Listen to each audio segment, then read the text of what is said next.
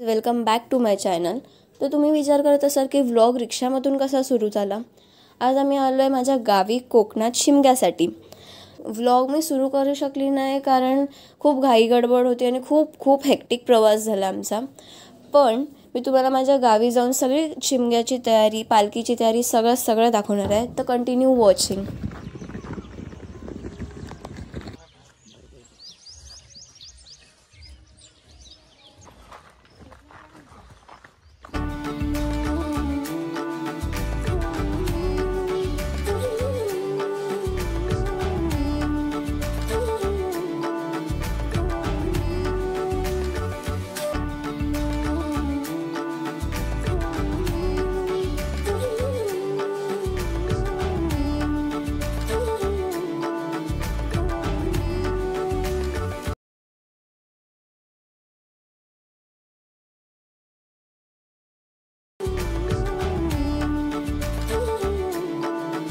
कोकण म्हटलं की शिमगा आलाच. आणि शिमगा म्हणजे प्रेम, एक भावना, एक संस्कृती जे प्रत्येक कोकणी माणूस जपतो.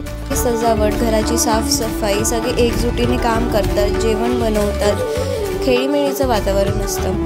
शिमग्यासाठी सगळेजण आतुरतेने वाट बघत असतात, जेणेकरून सगळे लोक एकत्र येतात. पूर्ण वाट भरलेली असते.